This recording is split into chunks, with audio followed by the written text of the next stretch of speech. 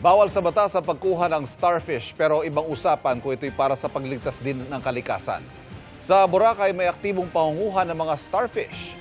3 araw sumisid ang mga volunteer diver katuwang ang mga taga-DNR, Philippine Coast Guard, Maritime Police at Malay LGU. Nila peste ang mga starfish na kumakain at nakasisira sa mga coral. Ay sa isa sa mga volunteer diver, pahirapan ang mano-manong pagkuha sa mga starfish dahil mabilis silang dumami tuwing mainit ang panahon. 3 na ang kumpirmadong patay dahil sa hantavirus na kumalat sa isang cruise ship. Ang mahigit 30 Pilipinong tripulante sa barko sa ngayon, ligtas at naka-quarantine na. Nakatutok si JP Soriano. Sa ulat ng World Health Organization, 3 na ang naitalang namatay sa gitna ng outbreak ng hantavirus sa cruise ship na MV Hondius. Halos 150 ang lula ng cruise ship, kabilang ang 38 tripulanteng Pilipino. Hinala ng WHO, nahawaan na ng hantavirus ang nasawing mag-asawa bago pa sila sumakay ng barko.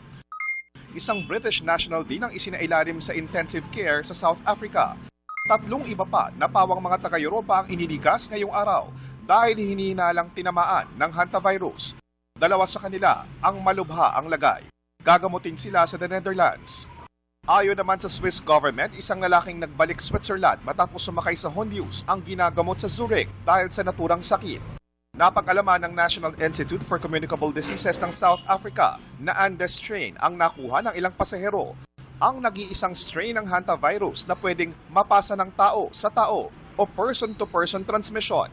Ayon sa WHO, kadalasan sa ihi o dumi ng daga nakukuha ang hantavirus. Pero may mga pambihirang pagkakataon daw na naipapasa ito ng tao sa tao. Ilan sa mga sintomas ito ay lagnat, pananakit ng ulo at katawan, pagsusuka at panghihina. Ang Department of Migrant Workers inaasikaso na ang pagpapauwi sa mga Pilipinong tripulante. Nakatutok din ang Department of Health. Pagkatapos dumating ng ating mga kababayan na doon sa Canary Islands, mag-aantay po tayo ng abiso mula sa World Health Organization kung ano po ang mga gagawin natin na susunod na hakbang.